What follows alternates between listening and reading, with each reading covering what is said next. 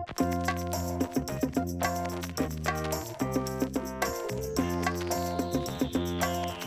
everybody, Kristy Glass here, coming to you from the land of Zoom with another episode of Manch. And this is a returning guest. I think this is your third time, right, Christopher? Two. It's only your second? It is. I swear we did one in between there. We tried, but nature had other plans. We had it scheduled for the day that the world shut down. That is right. That is what happened, is we were going to do it, and then the pandemic arrived. So I really made it happen in my mind, apparently. Okay, yeah, good. Yeah. So this is our second time. This is Professor Poole. This Poole. is Professor Pearl, Cool. aka Christopher McGovern. I'm wearing your tam.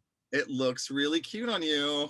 Thank you. And I have to say, Christopher has been keeping my toes warm during this pandemic. I have 2 pairs of socks that he sent me that I wear on the reg, and you're probably, I'm embarrassed to show them to you because I've worn them so much. You're probably like, that's not what they look like when I sent them.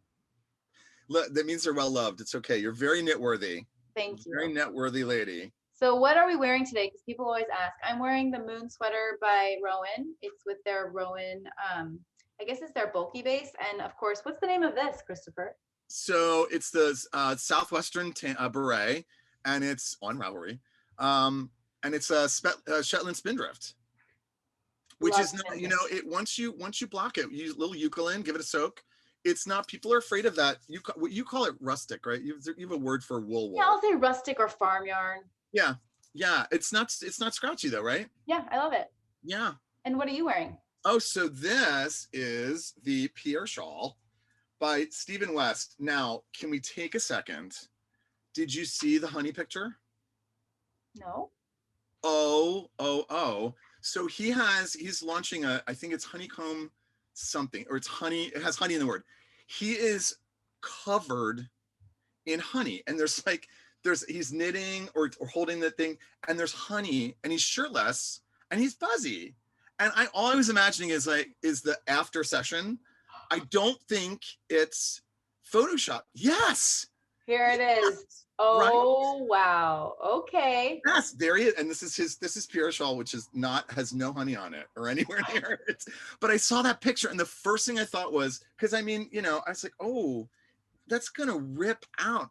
And you know what it reminded me of? Do you remember the Ohio Players? No. Oh, they were this R&B group, probably a little before your time, in the 70s. And they had an album called Honey. And the cover of it was this girl, scantily clad, who was having honey out of a spoon. And then when you opened it up, the albums used to open up like Guilty opened up, and those things, and Songs in the Key of Life opened up. And inside there was this picture of this girl covered in like a racy picture, covered in honey. So I thought, now he probably doesn't know that, because I think he's younger a lot than me. He's around 30. Oh yeah. So I wasn't even sure he knew the reference, but I mean, so anyway, this is Steve. There's a small tangent about that, but this is a Pierre shawl, and my husband actually made one as well. And here's his. And you know what's I love about this pattern is that when you do it in slightly different colors, look how great that is. Yes. Isn't it cool? And it's one of those patterns that there's just enough stuff changing and going on that it just gets really fun. Now the back loop ribby moment is a little, you gotta steel yourself for that. But aren't they great? So great. Yeah, so that's him. Now, did you guys do a knit along as a spousal knit along? No, he did his after. He liked the way mine came out, and so he decided to do one. But I did teach him to knit. I was gonna say, I don't think I realized he knit. Yeah, I taught him how to knit. I was delighted that he liked it. And he's in there knitting now, and I can fix mistakes, which is good. But yeah, he's more meticulous than me. He's very, and I'm the kind of person that if there's a mistake somewhere, unless it's really tragic or it's going to cause a rip down, I'm like, knit two together and move on. Same. I just don't, but he'll see this beautiful whole giant Afghan, and there's like one pearl which should be knit, and but listen, it's different personalities. Yes.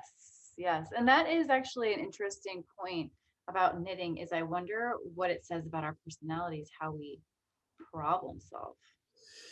Yeah, I mean, you mean the different styles? Yeah, or just, people will say the two categories, product versus process. Uh-huh. I feel like I'm both of those things. So I don't know. I'm a different category than that. It depends on so I'm working on the I think it's called it's not the Magpie cardigan. It's Cable of Death. Oh, the Radmere by Michelle Wang. It is, I mean, I can only do, I have the back one and a half fronts done. I can only do, and I see where it's going, but it's so much cabling that I can only do so much of it. And that is totally a process one, because if I thought about the end result, I would never finish it. Right. Because it just seems like I'm never going to be done. It's just a lot. That's your meditation. Like, I'm in the now. It is. Now I'm in this moment. I had to make, Kristy, I had to make a whole book of that palette. Like, I had to print it out and cut the charts apart. You know why? Because listen, you will know this, and anyone who knows, well, all your people know how to knit. When the cables twist at different times, and the charts are all there, and it's like, this is 1 to 20, this is 36, this is 14, this is 8, and I cut the charts apart, and I'll show you, and then I numbered it along the side so I know where I am. Mm-hmm. And I made a whole notebook of it. I don't know Michelle Wang, but she should know. I'll sell her my notebook when she's done. Yes. I have to say, I did this one pattern, which was it was a giant dragon cable knit sweater. And I don't know why I didn't just print it out, but I didn't. Yeah. And so it was like 25 pages long. So I would be on this one section, and then I would be like, oh, what does that symbol mean? And you could see me go like this. Yeah. Yeah. Do you use the iPad for piano music? No. And sometimes when it would come into auditions that way, I get very paranoid because sometimes it goes down, like it goes into, and it locks. So I'm in the middle of playing, and I'm like, and I can't turn the page. I know. So it's lucky that I'm like in my middle years, and I've been doing this playing the piano a long time. Yeah. So it's going to be hard to fool me, and I can fake a lot of stuff. Yeah. But if it doesn't turn, plus understand, if its book is open, you're seeing 2 pages at once. Yeah. If it's 1 page at a time. I know. And then I see them twice as many turns. Yes. Or there is a foot pedal. You can change it with your foot. I know, but who has time for that in an open call? I'm so nervous. I know. I get so nervous when I see the iPad come out and the pianist, and I'm like, You know what else? Casting directors don't like the actors to hold and you're an actor, you'll get this. They don't like to have the sides on the iPad because it's heavier, it's more fragile than paper, and it changes your body language. It changes your posture and how you hold it. And they feel like it does not make you as free because you're holding on to the iPad, so you're hunched over a little bit more. You're more worried about the piece of equipment than you are about the scene. So yeah, I've seen they don't love it when the things come in on iPad. See, little tips and tricks. Okay, not just knitting. Back to knitting. Back to knitting. So you've been designing. Do you want to tell us about your designs? Yes. So here's the thing. I had this idea. I'm a composer and a pianist and a writer as well. That's my main career, is that. And I've been knitting since I was a little boy, but I just always did it. It didn't turn into anything. And I always designed. I just didn't really formalize anything or make it write patterns down or anything like that. So I had this idea to combine the two worlds. And the book, I was working on a book when, COVID happened. And the book was called Broadway Handmade. And I have pieces from it. The idea was to make pieces for actors that would reflect either the actor or the show that we know them for. Do you want to see some? Yes. So, and we had just started. I had one session. I'll send you the picture. I'm really good friends with Susan Egan, right? So I designed a cowl for her. It's called the Bell Cowl. And this was the first. And wait, before you say, those of you who don't know, Susan Egan, she originated the role of Belle in Beauty and the Beast. Yes. She was also the voice of Meg in Disney's Hercules, amongst other roles, but that's what she's probably well known for. Yes, and that was her Tony nomination, was for Belle as well. So this is the Bell Cowl. And the yarn, and it was fun because I had some leftover stuff. So this is Malabrigo sock. This is Fuzz Family. I met her. I love her yarn. I met her at Nina in Chicago. lichen and lace, this one. And then the little flowers is the same thing. I had some left over of that. And then, so we had photographed this. I'll send you the picture. It's beautiful. The pictures are beautiful. I'm working with this photographer, Taka Harkness, her name is. She's married to my friend who's my guitarist. And she's a beautiful photographer. And the pictures were so gorgeous. And then the world stopped. So anyway, so this is the, do you want to see some pieces from that project? And the idea was to use the actors. I mean, I hope they'll still do it. This hat is for Kristy Altamere, who was Anastasia on Broadway. I don't know if you can see the middle of it. So if you look and see that, this is the A, and you can see the kind of purpley stuff they used for the poster. Mm-hmm. So this is this, and these looked a little bit more sort of the motifs were a little more Russian, I thought, in nature. They were just a little more angular and stuff. And then this was to sort of mimic the A. I can't really see it. It's cabled, so they're this way, right? So that's that one. Then my friend Telly Leung, who is Aladdin on Broadway, I'm calling this one the Magic Carpet Cowl. It's a little, look at you, she likes it. It's on the bright side for me. This is like, these are not colors I usually go for, as you know. So, and this is also mitered squares. And this is Malabrigo Rasta. So, and it could not be easier. It's mitered squares. And then the top and the bottom are just ribbed black. And then I bound it off in another one of the other colors. Yeah, that's different for you. I'm bright, right? Of course, this is the stuff. But yeah, and the fun thing about, I went through it. Did you ever do mitered squares? I haven't yet. I went through a period where everything was mitered squares, and they're great because you connect them one at a time. So it can really be as long as you want it to be, or as whatever.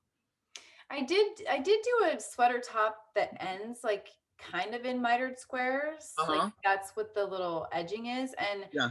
I don't know, it's not in my toolbox. Like I couldn't just make a mitered square for you. And I was getting nervous because that was the last step of the whole thing, but it was easy. Like whatever she said to do, I was like, oh, I get this. This is easy. Yeah.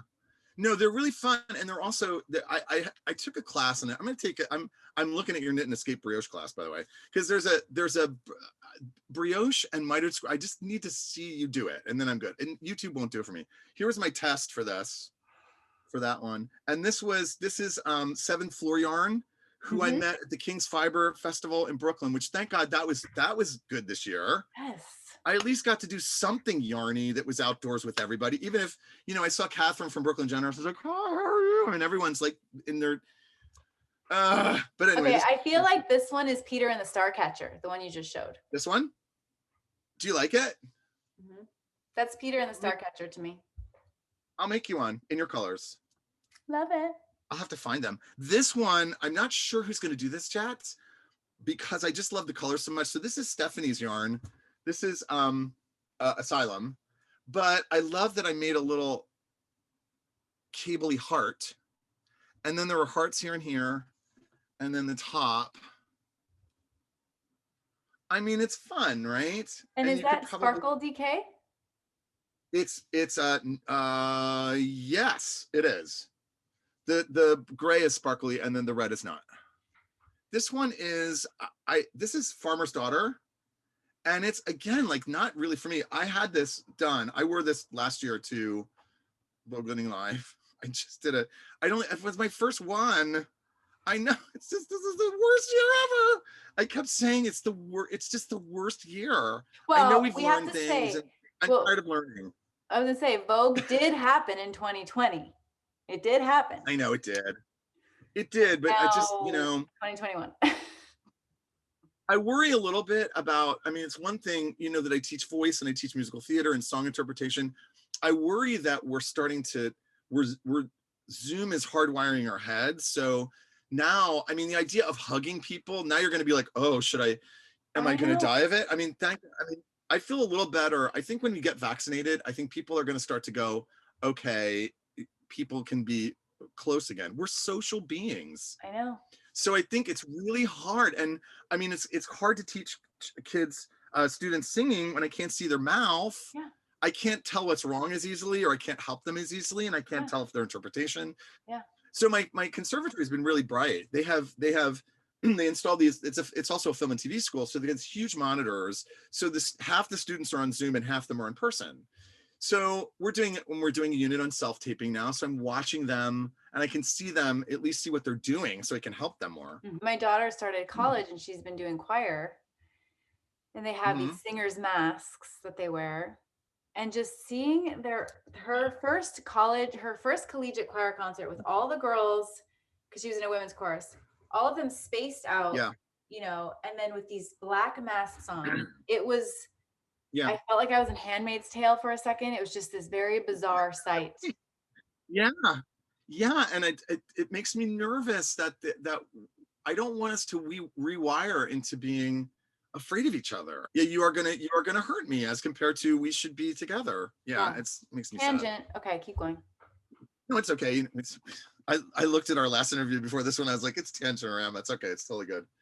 This is this one I showed you. This sort of reminds me of those like garter snakes, those green garter snakes. You know, they're yellow and green a little bit. So maybe I can ask a Disney villain to wear that one. Yes. Then this one is for my friend Allison Fraser. You know, she was my Lizzie Borden. She was also Martha in the Secret Garden, and we lost Rebecca Luker this year too. I cannot believe we lost Rebecca Luker. I cannot. I just, it just keeps going. She was what? And you know, something? 59. And I know. For her husband, I just was thinking of her husband. Danny Burstyn, yeah. Yeah. Oh. Yeah, he's a champ among men. I mean, it's a terrible thing. You know, I produced an album for her. I was not close with her through the years, but I would always, we emailed back and forth and talked, and I knew that this was happening here. It's just, I can't talk about it. So this is for Allison. This is Snurb Yarn, she's stopping. So this is a big old giant shawl. And Allison was Lizzie Borden for me. So I wanted this to sort of look like Victorian wallpaper. And then I got into this construction thing, which I thought was fun. So in the Lizzie Borden story, her father gave her a locket and a heart locket. I don't know if you can see it. And so I started with the center panel and then knit out. So it starts that way. And then because she's Lizzie Borden, she has to have a little jagged edge. And of course it's blood red. So this is Snurb Yarn. Bryn, who just posted that she's not going to dye yarn anymore. She's like a MacGyver though. You know, she was, every time I go to her Instagram, she's like, okay, I'm carving crochet hooks out of like wood. I mean, she's like does almost everything. Then this one is another center shawl. This is going to be for Laura Osnes, who is Cinderella. So it's the Cinderella colored dress. And again, it's a center panel. And then knit out this way. So this is that sort of Italian fountain lace pattern. And then with a chain bind off, crochet bind off. Laura has the most beautiful voice. She sings a little bit. And you know, she was doing those Broadway princess things with Susan and with Kristy Altamere was doing some of them. Liz Calloway was involved for a minute with them. They, you know, it's just plug pulled. Yeah. This one, I don't think you saw this one. So this is Lady Di. And my friend Rashidra Scott, who is in Ain't Too Proud and Beautiful. So the Shirelles, right? So she's gonna wear this one for me. And this is again center, but it's all autumn leaves, right? So this is, and then at the end, I did do I have this right? Oh, it's this way. Yeah. Leaves on the bind off. Pretty, right? And this is Lady Di. Like, I don't love orange, but this is, she calls this color Georgia Pecan. And it's the most, I think it's the most beautiful folly looking, it would match your chair back there. Yeah, it goes really well too with just the leaf motif, you know? Yeah, I know, right? Okay, and then this is the last one of these I can show you. Then this is for my friend Sarah Mearns, who's the principal ballerina for the New York City Ballet. Of course, I made her leg warmers. So this is Brooklyn Tweed. And then, oh, there we go. Leg warmers. I love that color, Brooklyn Tweed. I have a sweater in that. It's so pretty.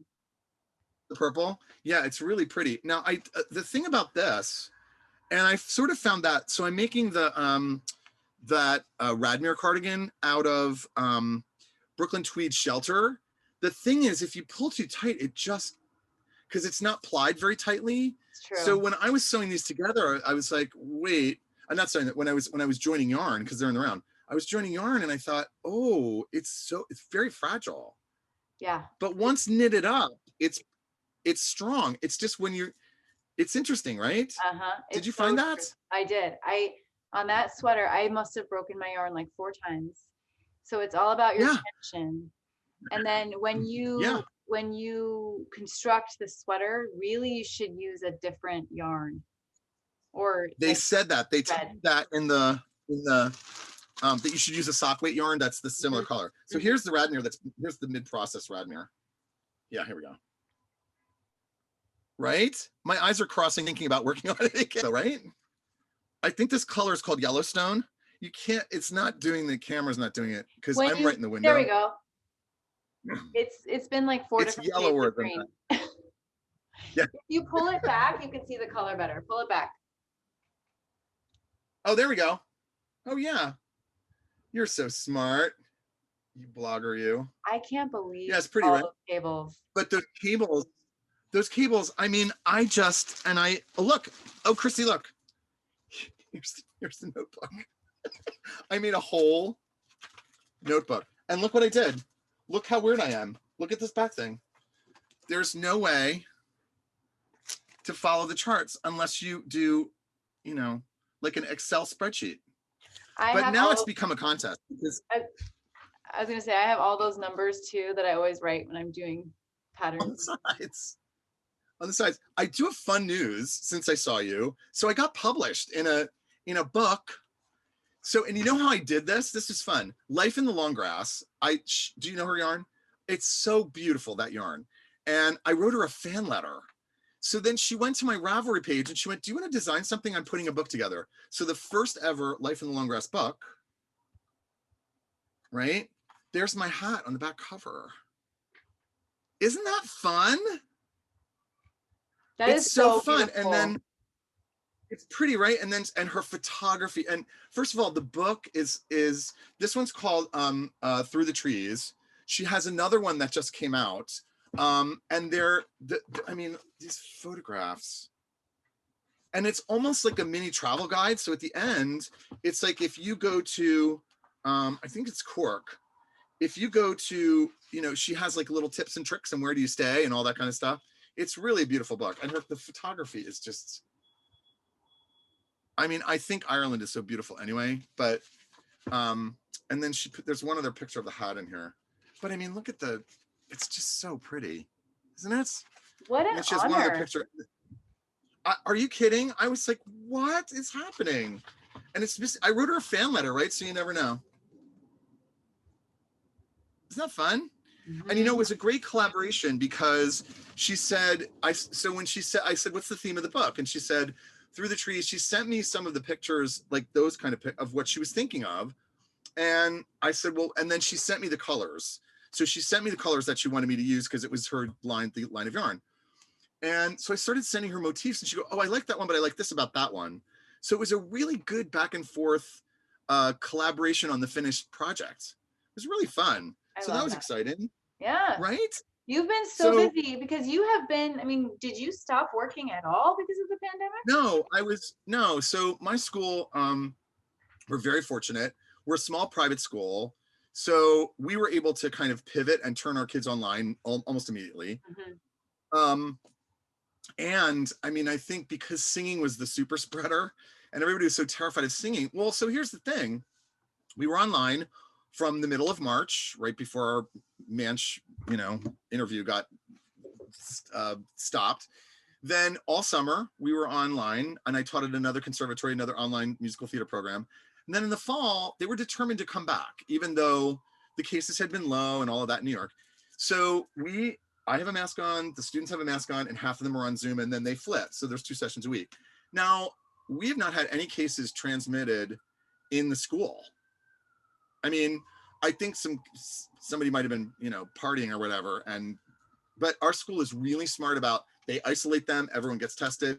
So we've really had no major issues, even with singing. So the masks do work, people. I'm singing, demonstrating, they have a mask on, they're, you know. So it's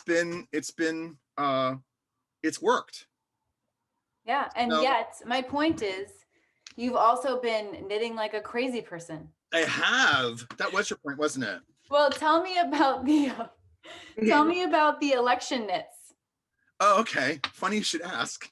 I'm so happy about these fake feet. Let me tell you. She's laughing. Just wait. So you know how you knit socks and you sweat it out about whether they, first of all you need to know is whether or not what the person's shoe size is. That's all you need to know. I have this thing, and so this is my other book project. I think it's going to be called, with a kind of a wink to Andrea Mowry, Find Your Feet. Because, see, now I said it out loud, no one can steal it. Isn't it a funny idea? Yes. Because I think what I want to do is I want to do a, so you can make your own sock pattern. If you understand the construction, then you, oh my God, I love my fake feet. Look, dying, right? Look at it. So this pattern is called Little Bows. This is Once Upon a Corgi, but she's not that anymore. Now she's Plies and Hellhounds. That's what she's called now. And her yarn, yeah, that's what she's called. Okay. Look, and when you get a sock from me, you get a little thing that says that.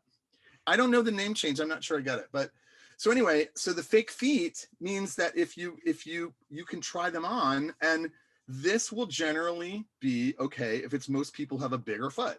And then the fake foot for the other people who have little feet is this one. This was your fake foot when I made your socks. I love that you think I have small feet. You size 8, right? I'm size 9. Size 9. Okay, well, but your socks fit, right? Yeah. See, these will fit. So my Find Your Feet idea is you can as long as you can construct top down. The toe up I'm not as much with, but as long as you can do top down, you can, with 72 stitches, change the needle size, and 72 stitches will do it. I know some people are like, let's make a sock with 64 on a 1. They're too little. I think they end up too little. Some people it works for, and I am a big fan, I don't know if you know this, of the Barbie Dream needles. So the little circular, I'm addicted to these. Really? This is a new one that's going to happen soon. This is also Plies and Hellhounds. And guess who came up with now doing the Barbie Dream needles? They also do Barbie Dream needles. See, I'm getting a plug-in for signature. The thing about these, though, is that they are so sharp that one false move and you put it right through your finger. Really? They even warn you about it. They tell you that it's like the warnings that come on, you know. They tell you, and it says, you know, these knitting needles are sharp and may puncture the skin or cause other serious injury. And look how sharp it is. I mean, I could see. So I've tried to knit a sleeve on those kind of needles and I just can't do it. The little baby ones? Yeah, what's the secret? Yeah, you got to knit on your fingers. You can't knit with your whole hand. I love them. They are heaven. You know why? Because I don't like ladders. You know, they get the ladders with double points. You do. And even if you do it, like, I know that you can scooch it around and like. You're right. You know, it doesn't matter. What if you're doing a pattern that you want to keep track of it? You're right. I think you should give them another try. Okay, I will. Okay, that's my fake foot story. They're amazing. They were like $12. Where'd you get it? $12. There's this company in California. They're called Zhang Displays, I think. $12 for each one. It was like 20. It's 20 to ship them, but because that's not a knitting tool. That is a retail store. I love it. It just makes me happy because then when I take the pictures for the patterns, they look like if there's a design on the front, how do you take a picture when it's folded in, you know, and you don't want to mix. You don't want to ask somebody to like stick their foot in it and take their picture. That's what I was just going to say. Like the thing about feet is that they're only cute for like 4 years. Yeah. And then there's a big change that happens. Yes. So here's other election knitting. These are other patterns that are from my Don't Steal It, the Find Your Feet book. Do you think she would like that, or should she be offended? Would it make her laugh? It's hysterical. But, I want to say before you show is that what I found interesting about your story, which he was saying before we started recording, is that you started knitting like on election night and then just kept knitting until we had the results. And look how much you knit. So many I have, socks. I have Snow White, Seven Dwarfs could each get 2 pairs. Here's these. Now this yarn is called Spry Whimsy. I am a total sucker for a sock kit. Look at this. Look how she packages these. She's out in Wisconsin with the little ruler. I mean the little tape measure. Is that adorable? Look how sweet that is. My sister-in-law's going to get these, so don't tell her. This is going to be March, right? Yeah. Yes. She won't see it. So then, wait. Oh, but wait. Here's all the election socks. That's so funny. It's like your little diary. Yeah, these. Lacy lace. I love a sock kit. This is Lady Llama. Do you know her? No. Oh, so great. And she does her sock kits. I love a sock kit. Oh, here she goes. Here's hers. Hers come like this. I met her at Vogue Knitting Live.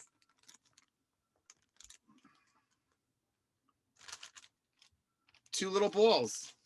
Two little balls. Little balls. But see the gradients or they're speckly. Now let's talk about Alex Creates for a second.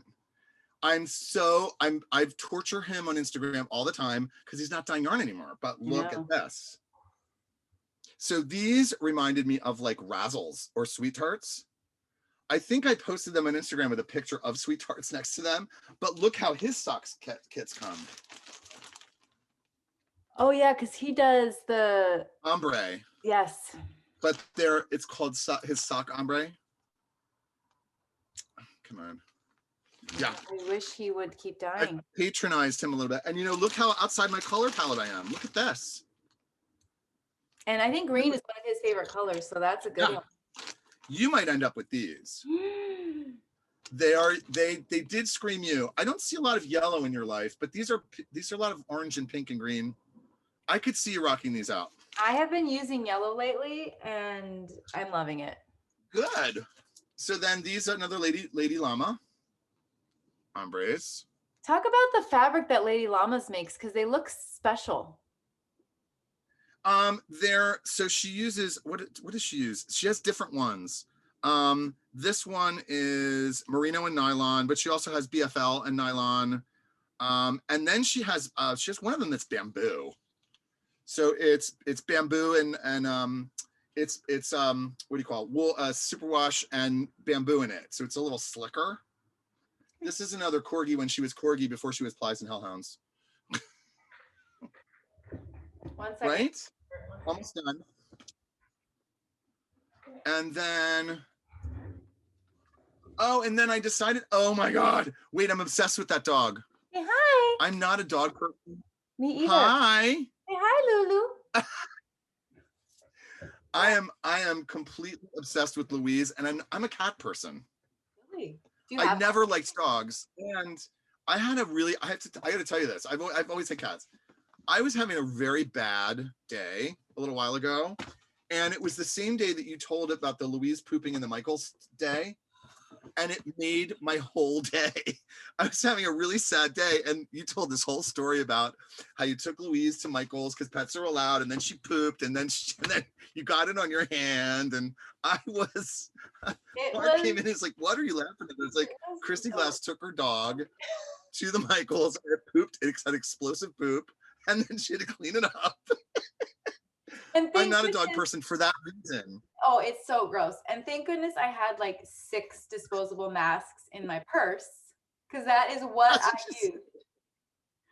And she has she has some cat-like qualities. She likes going underneath things, which I think cats like underneath the bed and stuff. And that's all. How old is she? She also purrs. When she sees me, her greeting is this. Oh, that's sweet. Yeah, so that's her cat-like quality. She's 6 months old. Oh, how much bigger is she getting? She could gain about 7 more pounds, I think. I loved your sweater you made for her, the scrappy sweater. Yes. It's a good with one. the shells in the back. Really pretty. Good one. No, Anyway, she's great. She looks like a mogwai. she looks like what? A mogwai. Like the gremlins that Totally. Yeah. Anything else you have to show? No, I showed everything. That's it. I have a couple of I wanted to turn you on to a couple of these. Oh, did I show you the shelter cowl? No, I didn't. This was the first thing I made when we got to lockdown. And it was from scraps, basically. And I folded down the top. I love that. I don't line them. I couldn't line them, I guess. We just roll them in a. I didn't know if you knew about some of these, because I love a bag. This is Pamela Stitches, and she's on Etsy. But look how great it is! Isn't it great? And I got a little matching thing. Cute. Her, and then you have. I think you have a. Do you have a kitchen clutter bag? Because she's wax and thimble now, and there's no more Karen Templar. So these are kind of the wax canvas. These are great. And look, got a Manchi kind of lumberjacky inside. Love that. So yeah, that's my show and tell for the day. Oh, of course, I also have you have to have the Barbra Streisand zipper bag. Oh my gosh, I gotta get one of those. Yeah. That's rare because yes, from Redbubble. She normally doesn't have her profile on that side, does she? Yeah. Oh, see, you are a musical theater girl. You knew that. Yeah, this is an early 60s picture. Because she. But look how, I mean, come on. She insists on being photographed from the other side to the point where she and Barbra switched places with her for their interview. I know. And Rosie, remember the famous Rosie O'Donnell one where Rosie changed her set and everybody was like, well, I don't know what's happening next week. We don't know what's going on. And she knew. Barbra. Yes. And your Barbra. So that's my thing for you. I love my Barbra Streisand. Me too. Oh, I have, you said more show and tell. Do you know Firefly Notes? Little tins with vintage kind of, these are all my acquisitions. It's my stash acquisition. I love it. But that's it. And she makes really good, she's up in Nova Scotia. That was the other thing I wanted to tell you. Like my motto is knit big, shop small. I mean, I've been really trying because I've been so lucky to stay working all this whole time. I mean, I'm buying yarn, not that I would anyway, but I'm trying to buy it from these small dyers and make sure that I'm supporting, because people are just, I mean, the restaurants in my neighborhood are just death. There's just they're all closing. And, we've been going outside since May and June to sit outside and have a drink and have something to eat or whatever, because if you don't patronize them, our neighborhood looks like a war zone now. Yeah. Because it's so dependent on Broadway. Yeah. Yeah. Broadway's closed. I was going to say, one of my philosophies in COVID, I have a couple, is as long as I can be a giver, I'm going to give. Right. And because so many people had to become takers, mostly because of unemployment and of course their health. So as long as I can give, I'm going to give as much as I can. And I love that attitude. If you can do it, I was also really grateful to see that on Christmas when you and Stephanie, first of all, it was beautiful. You sang that duet. It was beautiful. If you ever need tracks, just call me. I'll make tracks. I have a studio here. Perfect. And then it got to the end and it was Pearl and John, who I met him once very briefly at Vogue Knitting last year. It just felt like 2020 was like smacking. It just never stopped. Yeah. I have to say, Stephanie and I wanted to make that. We ran out of time. We did it with just like one take. So we know it could have been better, but we're like, whatever. Yeah. It's the thought that counts. And it was beautiful. It was beautiful. We had to really gorgeous. We wanted to honor our community and that felt like the perfect song. So how did you do it? Did you do it sync it, or because that's the problem with how'd you work it out musically? Yeah, so I picked out the track and we just did a karaoke track that we could both kind of hit the notes. Most of them were actually all in the same key, so it was a little low for both of us, but whatever. And then she sang it and sent me her vocal track and I overlaid it on the karaoke.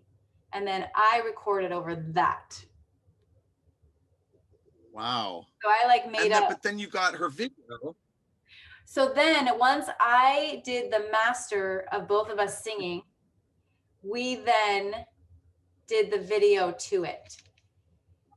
Does that make sense? So it's like 8 steps. Yes, it does. It does. We did it in like a 24-hour period because we're like, oh crap, it's December 23rd. Yeah. So that's why it was beautiful. No, it was lovely. And so we've figured it out that the music, I record tracks for the students and then email it to them because the music has to live on their side. It can't, and I know there's programs that sort of try to pretend there's no delay, but there is. So it's just really, it's challenging. Oh yeah. I mean, my daughter, because she went to a performing arts school and she did this whole 3-minute recording of their final piece. And it was just her with a headphone in. And then I guess they just mixed all the voices together and they had videos too. And they synced videos and they had them kind of like coming in and out. And it's a lot of editing work. It really is. Yeah. Yeah, and just to be able to get it to sync up at all it's challenging, and the music, you can't do duets really in real time. You can't do group work. You've got it all sing to a master that is, that's another. People are meant to be singing together live in person. There's a spark that happens when you do that you don't get to do if you're all apart. So yeah. Well, I appreciate your time today so much. And if you aren't already following, thank you. Make sure you're following him so you can know when that book finally comes out. Find your feet. Hey, Kristy. Also, I hope now, if Andrea, if you get hate mail from her, it's be like, what is he doing? I got so many lovely emails and communications after our last interview. About the prostate cancer. Yes. So, and that was 1 year after treatment. I heard from nurses, I heard from men. It is a very mangy thing. Guys, get your PSA tests. It is the only way for them to find it early. And if they find it early, it's 95% curable, which, so far for me, my PSAs continue to be low. It's now 0.22, which is near, that's really low. It's exactly where they want it to be. So get that PSA test, you Manchi men. That's amazing. It's funny. My husband and I were going for our checkups the other day and I came back first and he's like, oh yeah, I'm going to go. And I'm like, oh, that doctor, she's going to stick her finger someplace, isn't she? It's going to be good times for you.